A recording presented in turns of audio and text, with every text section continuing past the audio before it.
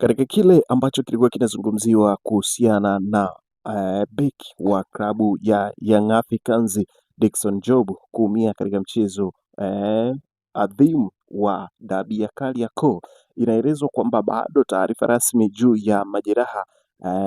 ya jeraha la mlinzi wa klabu ya Young Africans, wakati nahodha wa klabu hiyo ya Young Africans Dickson Job hazijatolewa kuwa atakaa nje kwa muda gani, lakini atakaa nje kwa muda gani akiendelea kujiuguza na majeraha yake. Kwa sasa amefungwa bandeji ngumu kwa muda ili kuendelea kuangalia maendeleo yake. Dickson Job alifanyiwa madhambi mara kadhaa katika mchezo wa dabi na kiungo wa klabu ya Simba Ino Luemba, yaliyompelekea asimalize mchezo huo wa Kariakoo dabi ambao ulichezwa tarehe 1 ya mwezi wa 3 2026 na kumalizika kwa sare ya bila kufungana. Mchezo huo ambao ulichezwa katika uwanja wa New Amani Complex hapo Zanzibar.